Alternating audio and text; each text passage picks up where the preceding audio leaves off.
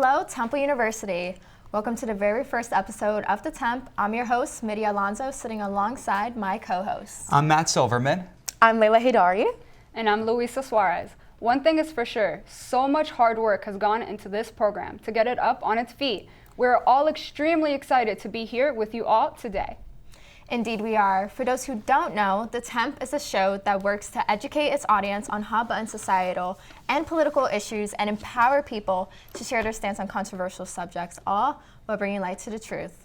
All right, well, let's get to the news right now. First, we're going to tackle some local politics. Democrats of Delaware County took a huge win in Tuesday's midterm elections for city council members. Monica Taylor, Elaine Paul Schaefer, and Christine Ruther each received about 15,000 more votes than Republican opponents Mike Morgan, Kelly Colvin, and James Wraith. For the first time since the American Civil War, Democrats control the government in Delaware and Chester counties. Kendra Brooks of the Working Families Party took the Philadelphia City Council seat with about 6,000 more votes than both Republican candidates David O. and Al Tauenberger. Brooks will be joining the 17-member legislative body next year alongside Isaiah Thomas, Catherine Gilmore Richardson, and Jamie Gauthier.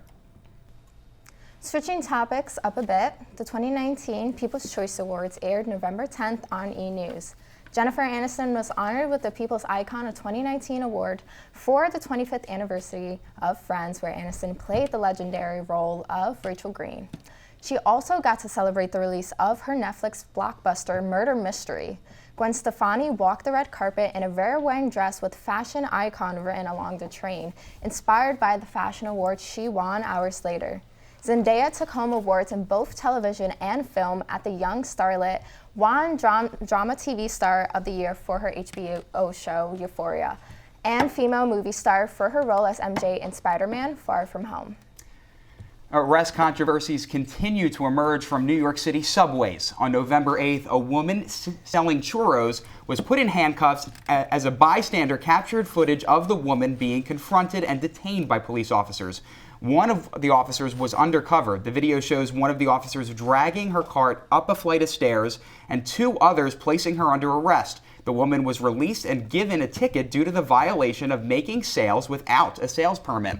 On November 11th, another woman was arrested in a Brooklyn train station for the exact same reason.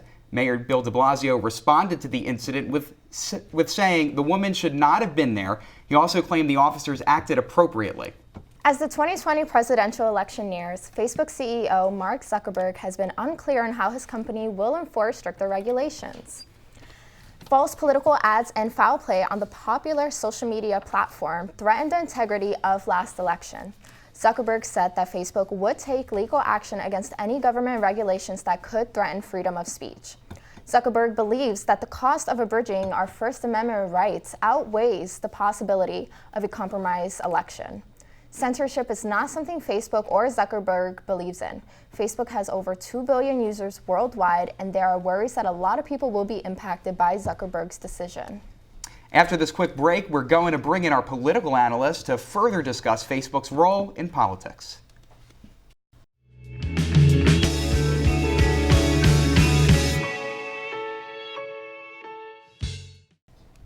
Welcome back. Now joining us is our conservative analyst, Matthew DeStasio, and our liberal analyst, Kiara Marable, to give us some insight on Zuckerberg's decision.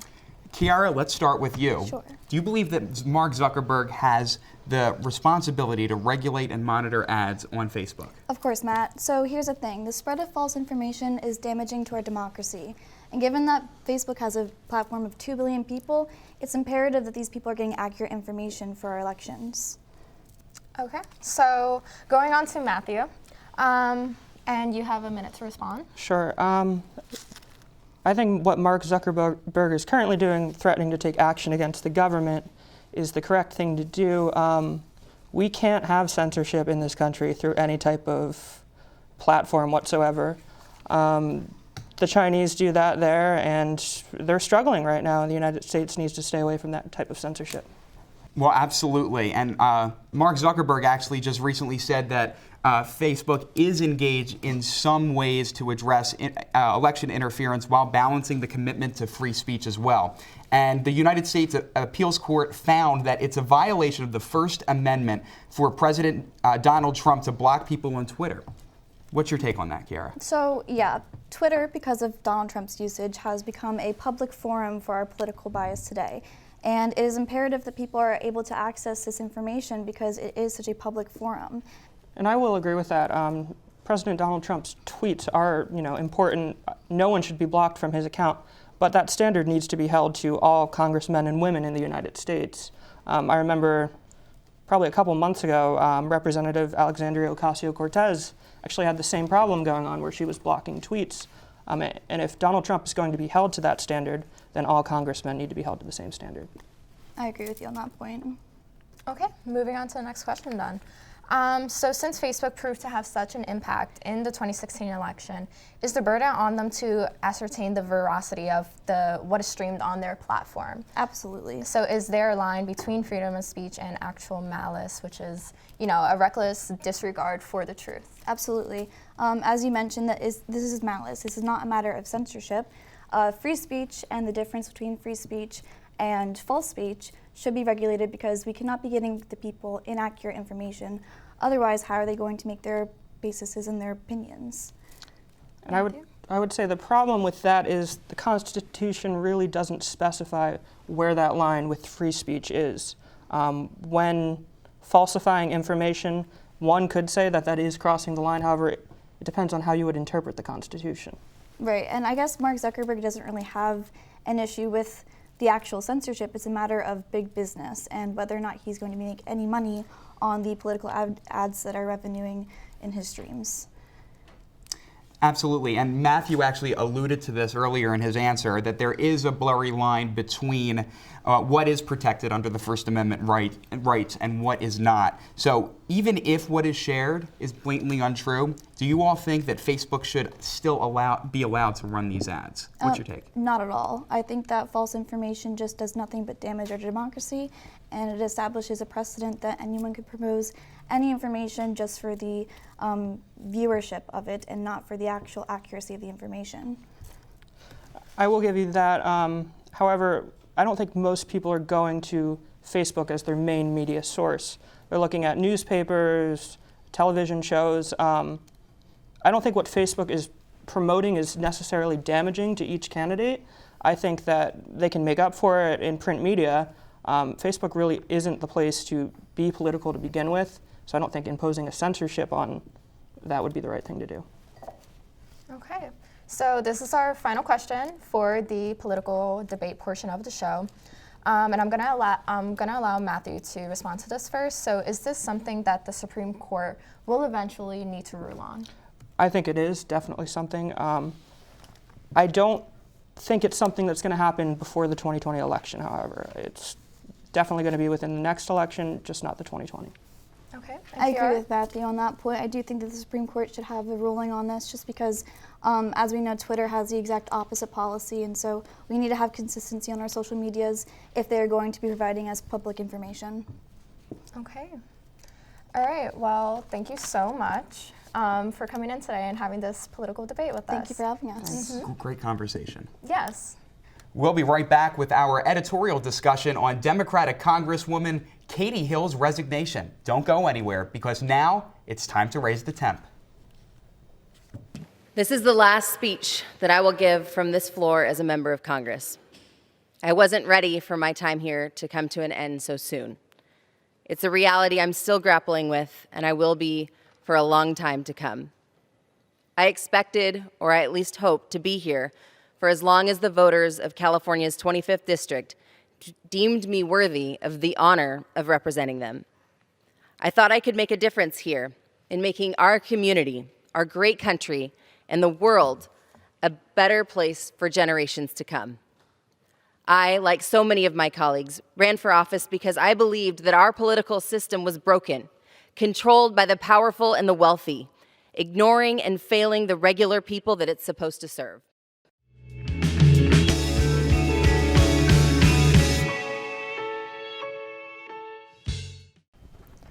Democratic Congresswoman Katie Hill resigned from her position as California House Representative in late October because of what she called a double standard. A conservative blog published nude photographs of Hill on their website, prompting her to step down from her position. The release of Hill's private photos has been considered an act of revenge porn by her husband. This in response to the former congressman's alleged relationship with one of her staff members. Only 10 months after taking her seat, the number of threats Hill received ultimately drove her out of office. So, Katie Hill, as we all know, admitted to the one affair. However, she denies the second one with her male staffer, Graham Kelly. So that would make it against the rules for her to have that affair. What do you think about that? I feel that she should be held up to a certain standard being a congresswoman. However, I feel that the issues that people are focusing on right now are just the wrong issues to be focusing on. People are commenting on her nude photos or commenting on her sexuality, which kind of takes away from the main issues that she should be criticized for, if any. The reason that she stepped down from her position should not have been the reason to have done so. I completely agree. It's everybody's focusing on the photographs, and that's really the main point of view, but I don't think they're doing it in the way of like defending Katie Hill. It's more like, oh, look what Katie Hill did, look at these photographs. And I believe in her speech, she said she felt exploited online, and I completely agree. It was all over the internet, and it was handled, the conversation around it wasn't very respectful. I can just say that I honestly felt bad for Katie Hill because it was a violation of her privacy. And I think when you look at revenge porn as what it's called, there should be stricter laws against what can happen after that is done to someone. Absolutely, and I think this also goes into the double standard of men and women in political and political public offices, because as we know, there is a man on the SCOTUS who has allegations brought against him on sexual assault that was not consensual, obviously, and we have a POTUS that also has allegations put against him that are similar to Brett Kavanaugh's, and as we all know, that's scandal. So I think this just goes into the double standard of men and women, specifically the ones in the public eye. Absolutely, and also Hill actually hired an attorney, Carrie Goldberg, to sue over these leaked pictures. And apparently Goldberg even represents Harvey Weinstein's victim, so they are going to prosecute these people to the fullest extent of the law as well. So what do you think about that? Yeah. Well, I think that there aren't enough revenge porn laws just in the United States. Not even all states do have revenge porn laws. So I feel like there should be more restrictions to that. And I believe that Katie Hill is working on that. So not only her, but others who have faced similar situations, they can get the justice they need from the law. Because if somebody is in the same situation, but in a state that doesn't have these laws, they kind of don't have anywhere to go. Mm-hmm. And absolutely. She is also one of the Democratic congresswomen representing, I think, the 25th District of California. And I know California is one of the states where they do have strict regulations and laws concerning revenge porn. So like with this legal case, I'm really interested to see where it goes.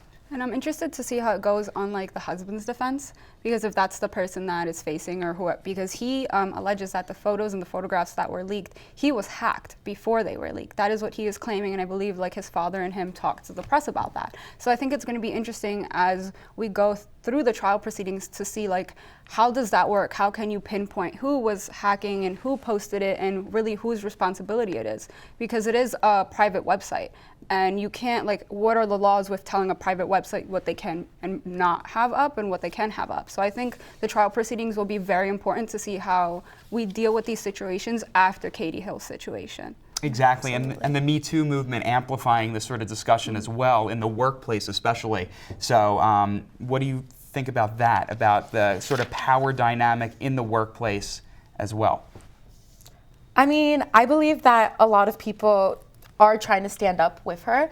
A lot of people do see the injustice in this, and even Speaker Nancy Pelosi said she felt compelled after Hill's announcement to sing about a climate of integrity and dignity in the Congress and in all workplaces, because this isn't just happening in the House of Representatives. This is happening to just people in corporate America, and it's just too overly common, and people do have these nudes and are able to use it as a weapon when people sent out these pictures with a sense of confidentiality to someone that they loved.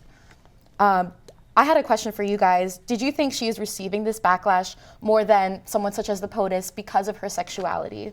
I think so. I would say so, because a lot of the comments are about her sexuality, and I think there is more judgment there. Because not to say that SCOTUS or POTUS did not receive judgment, but I think there was a lot more defense when I was looking at it, and it was just like, I think it's something that people are more used to seeing, if that makes sense, like a male congressman or anything getting in trouble for that. I think for the first time, this is one of the first times a woman that is part of the LGBTQ community was elected to be a congresswoman, and then this happens 10 months afterwards. So I think definitely her sexuality had something to do with the controversy of it all.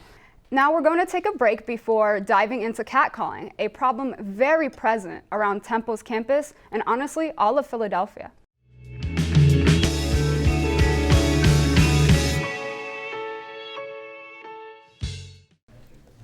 Now joining us is Amelia Luker, who runs the Instagram account Catcalls of Philadelphia. The Chalk Back movement aims to empower women to take back the streets and put an end to street harassment. All right, so our first question today is, what made you start this account? Well, I was inspired by the account Catcalls of NYC, which was started by Sophie Sandberg. She started the Catcalls movement in the Chalk Back organization, and I had been following it for a while, and I wanted to start one here in Philly, so yeah. All right, and what do you hope people take from this account? I hope it gives people, especially people who have been harassed on the street or in their place of work or at school, I hope it gives them this empowerment that I think is the goal of the movement, and yeah. All right. And could you explain to us what the Chalk Back movement is?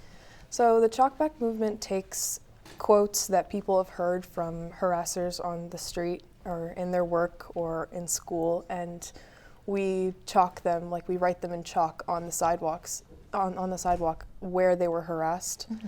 And it makes it a little bit more personal to people who pass it on the street, and they're able to see that this is something that's really happening here, and this is something that happened where you are walking. And yeah, I think it really brings attention to it and raises awareness to the problem. Mm-hmm. And how do you get submissions from people of where they were catcalled and what was said? People usually send us DMs over Instagram. That's the majority of the submissions I get are over direct message. Yeah. And you mentioned about going back to the place and just writing in chalk. I think that's such a impactful visual way of showing the harassment. But I wonder what backlash, if any, have you received running this page and leading this movement? I haven't really received any backlash on Instagram, but when I go out into onto the street and I am writing these things, I'll get a lot of comments from people, and I've been harassed myself just writing these things on the sidewalk. There's times where after I'm done writing it, I'll kind of stand back and see how people react to the quote, and most of the time it's very positive. It's a very positive reaction from people passing on the street, but occasionally I'll get people saying oh, that's funny, or just laughing at it, and it's kind of upsetting, but yeah, I think it really does show the problem, so yeah. And you're right, and it's such a big prevalent problem.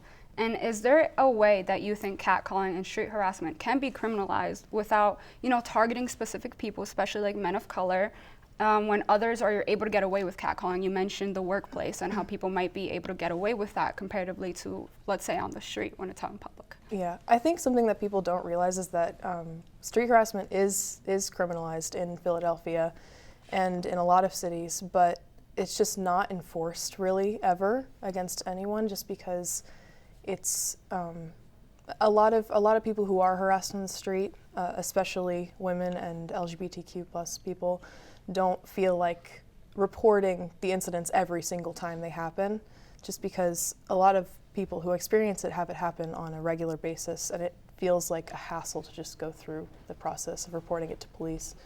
But yeah, and I think that it really is more of a social issue, and I think although there are laws, the fact that there are laws shows us that it's not necessarily a legal issue, but an issue of how it's perceived in our society, and like issues like victim blaming can really, sorry, I'm getting off track.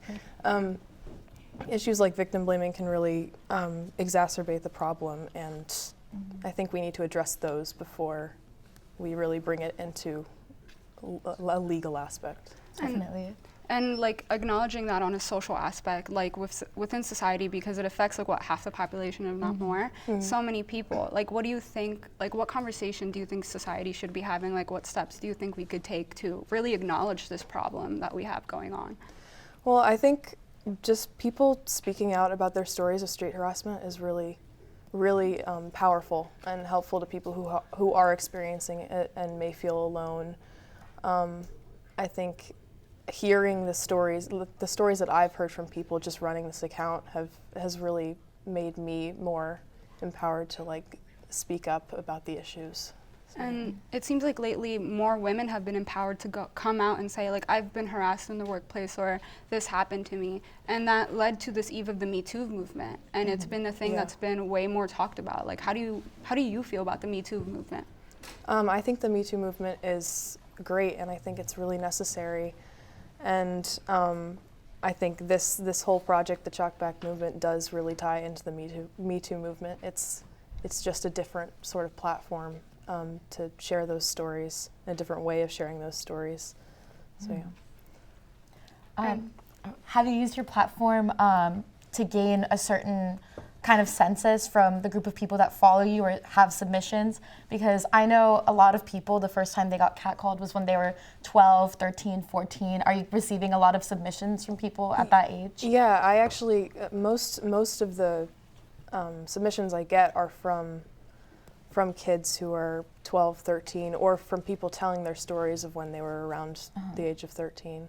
And I did a survey on my account and asked people when the first time they got catcalled was, and an overwhelming amount of people said they were 11 years old, which is wow, really crazy. insane. Not even a teenager yet. Yeah. Like, you're honestly a kid when you're being harassed on the street. And I just think that it's so important what you're doing. And it's visual, it's online, and I think you reach so many people that way, and that's so important. And like, what are your like hopes with the page? And I know you said that you partner with New York, the New York page. So how is that partnership, and like, what are your hopes for the future with the page? Sorry, can you say the question? Yeah, of course. What are like your future aspirations with the page? You're already doing so much. Are there any future projects with the Instagram page, or? I really hope to get to meet the founder of the Chalk Back movement, Sophie Sandberg, one day.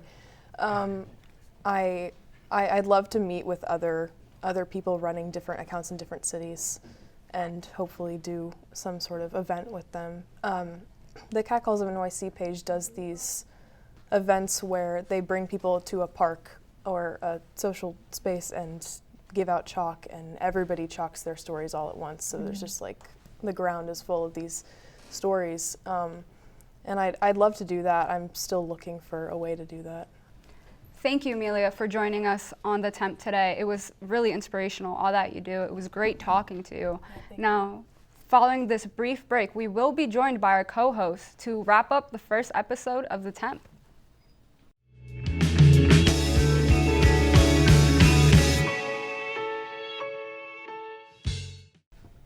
And that is all the time we have today, wrapping up the premiere of The Temp. Thank you all for tuning in, and be sure to follow us on social media at The Temp TV as we continue to raise The Temp by bringing you the hottest news stories.